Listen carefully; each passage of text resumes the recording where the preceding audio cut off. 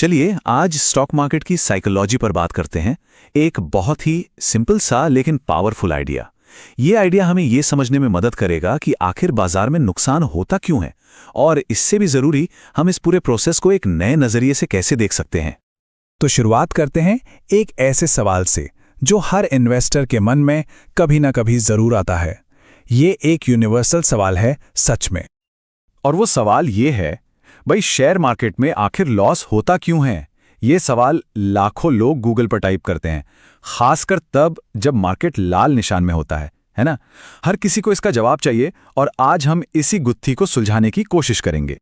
अब मजे की बात यह है कि इस सवाल का जवाब किसी कॉम्प्लिकेटेड चार्ट या फैंसी फाइनेंशियल मॉडल में नहीं छुपा है।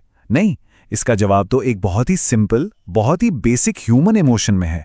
एक ऐसी भावना जो हम सबने महसूस की है।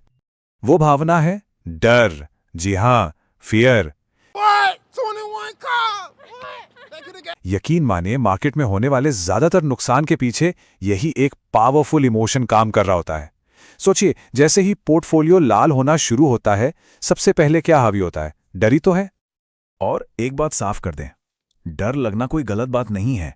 ये समझना बहुत जरूरी है कि डर सबको लगता है। अरे भाई, जब अपनी मेहनत की कमाई को नीचे जाते हुए देखते हैं तो घबराहट होना तो नेचुरल है ना? कोई भी अकेला नहीं है जो ऐसा महसूस करता है।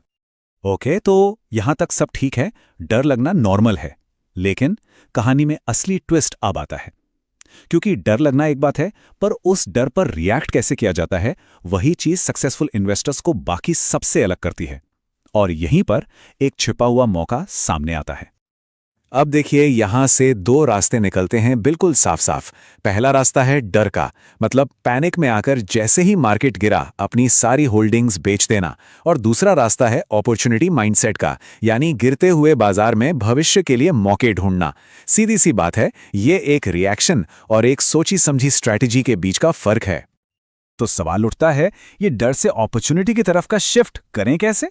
वेल, इसके 3 सिंपल स्टेप्स हैं। स्टेप 1, अपने डर को एक्नॉलेज करिए, मानिए कि हाँ, डर लग रहा है। स्टेप 2, इस गिरावट को लॉस की तरह नहीं बल्कि एक डिस्काउंट या सेल की तरह देखिए। और स्टेप 3, उन सॉलिड कंपनीज को पहचानिए जो अब आपको सस्ते दाम पर मिल रही हैं। ये पूरा खेल बस माइंडसेट का है। चलिए अब इस पूरी डिस्कशन को समेटते हैं, आते हैं उस एक सेंट्रल आइडिया पर जो इन सारी बातों को एक साथ जोड़ देता है। इस लाइन को जरा ध्यान से सुनिएगा। डर सबको लगता है, लेकिन कमाई सिर्फ उन्हीं की होती है जो गिरावट में मौके पहचानते हैं। बस यही इस पूरे एनालिसिस का कोर है। ये लाइन हमें याद दिलाती है कि मार्केट का गिरना असल में डरने का नहीं बल्कि स्मार्ट डिसीजंस लेने का टाइम हो सकता है।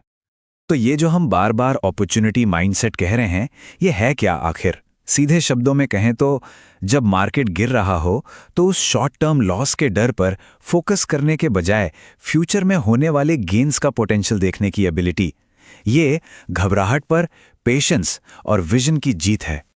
तो बस हम इसी एक सवाल के साथ आज की बात खत्म करते हैं।